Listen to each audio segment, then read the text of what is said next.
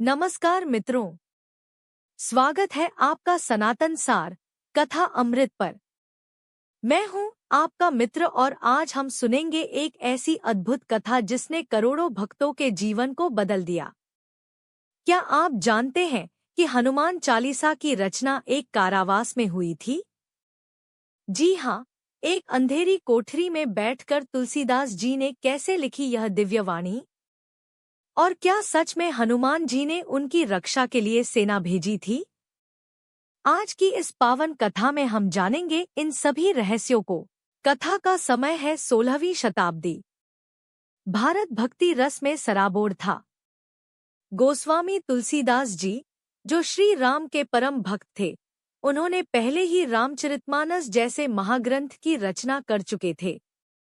उनका जीवन केवल प्रभु राम की सेवा में समर्पित था।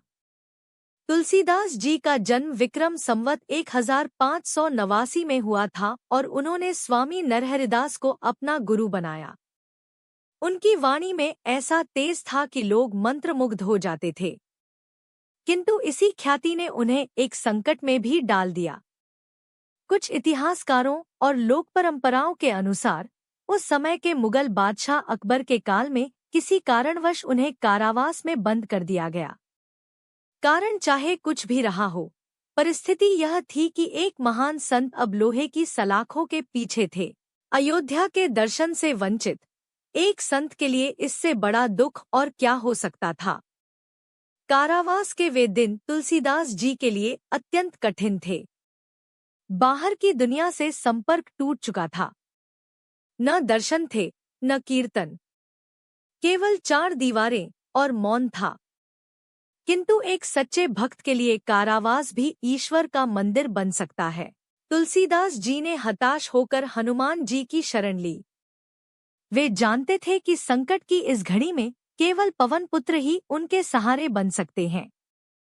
हनुमान जी तो संकट मोचन हैं, उनसे बढ़कर कोई रक्षक नहीं। वे दिन रात एक करके हनुमान का ध्यान करने लगे।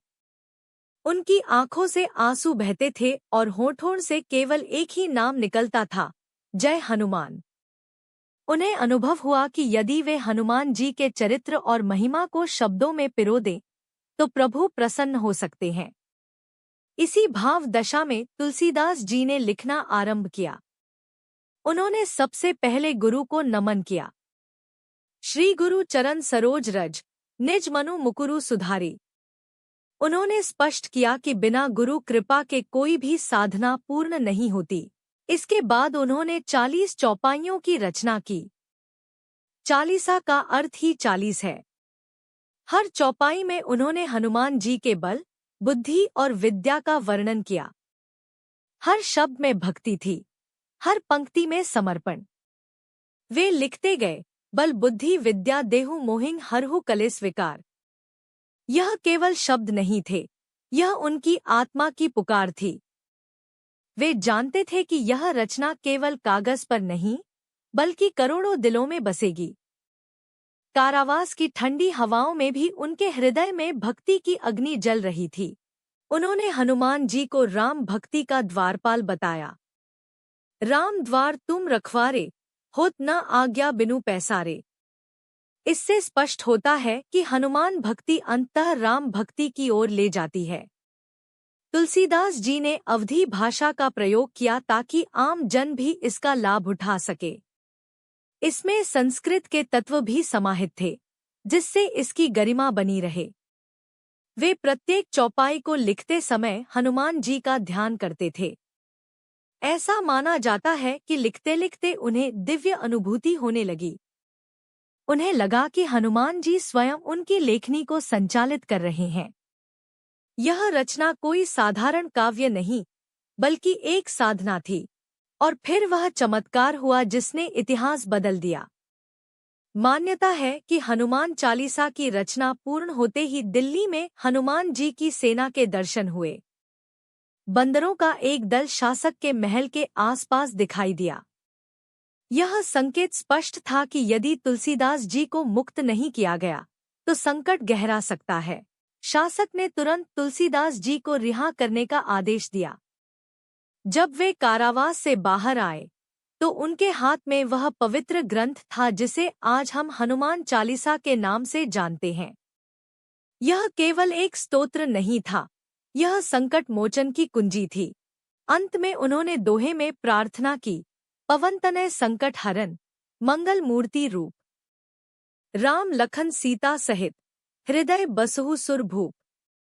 इस प्रकार इस पवित्र ग्रंथ का जन्म हुआ जो आज विश्व भर में करोड़ों भक्तों द्वारा पाठा जाता है। मित्रों, इस कथा से हमें 3 बड़े संदेश मिलते हैं। पहला, भक्ति की शक्ति किसी भी कारावास को तोड़ सकती है। कठिन से कठिन परिस्थितियों में भी भक्ति बल से मनुष्य मुक्ति पा सकता है। दूसरा, गुरु और देव की कृपा से असंभव भी संभव हो जाता है। तुलसीदास जी ने प्रथम पंक्ति में ही गुरु का महत्व स्थापित किया। और तीसरा, वास्तविक बल विनम्रता में है, जैसा कि हनुमान जी ने सिखाया।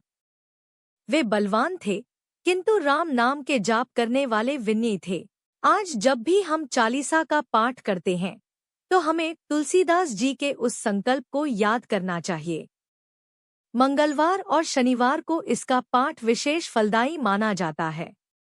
यदि आपको यह कथा पवित्र लगी हो, तो वीडियो को लाइक करें और चैनल सनातन सार कथा अमृत को सब्सक्राइब करें। ऐसे ही अमृत तुल्य कथाओं के लिए जुड़े रहें हमारे साथ। अपनी भक्ति और प्रेम कमेंट में जरूर लिखें। जय श्री राम, जय हनुमान जी।